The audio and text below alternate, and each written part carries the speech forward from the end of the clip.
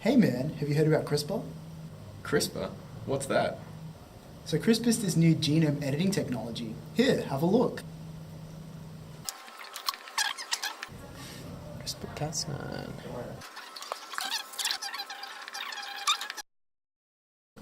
Okay, so basically the way it works is when a virus infects itself into a bacteria, it'll inject its DNA straight into that cell.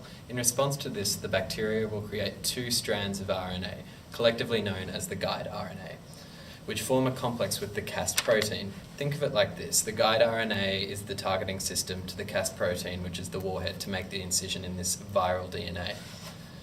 So the guide RNA will exactly match the viral DNA down to the nucleotide, telling the Cas protein to make that double-strand incision in the DNA, thus destroying it.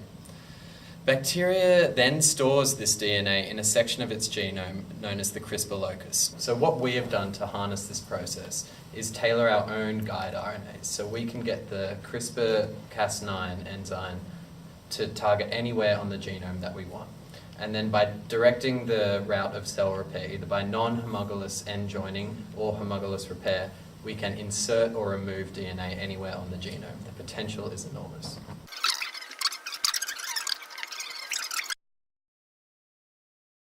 The properties of CRISPR allowing it to edit genetic material have made major advancements in disease prevention and genetic defect correction. One study to note revealed further HIV infection can be prevented using CRISPR editing technology through the eradication of HIV-1 from affected cells and the prevention of further HIV DNA replication. In transgenic mice spliced with HIV-infected human immune cells, after one application of CRISPR, all the viral segments of the human immune cells in the mice were removed. Another application of CRISPR can be seen through a recent study in China, where genetic defects in human embryos were corrected using CRISPR. This study was the first study to show that CRISPR editing technology is viable in human embryos. The study itself used immature eggs that were fertilized with sperm from either of two males who both had genetic disorders. In the eggs that were fertilized by the first individual, two embryos successfully had the gene corrected, but a mosaic occurred in the other embryo. Mosaics occur when mutated genes are corrected in some, but not all of the cells of the embryo. In the 4 eggs fertilized by the second individual, the mutation was corrected in one embryo, a mosaic occurred in another, and the editing was unsuccessful in the remaining 2 embryos.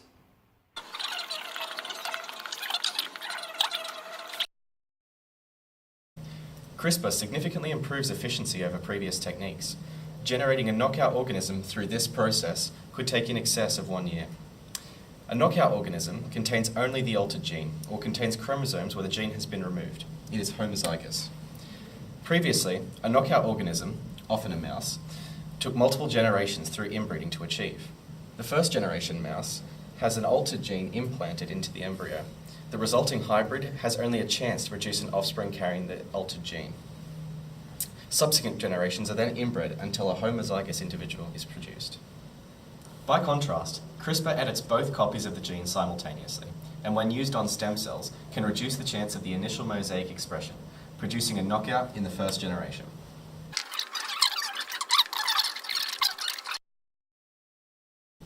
Genome editing techniques such as CRISPR have opened up a plethora of opportunities for eradicating disease and life-changing genetic defects, potentially changing the lives of millions of people.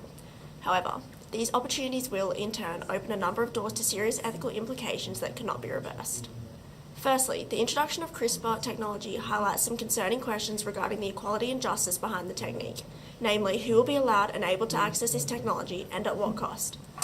Limiting the availability of this innovative technology to only individuals who can afford it creates a deeply unethical system, leaving those who cannot afford the treatment to suffer from what could be an easily curable disease. With designer babies already a reality in the modern world, CRISPR may create a pathway to irreversible changes to the human gene pool.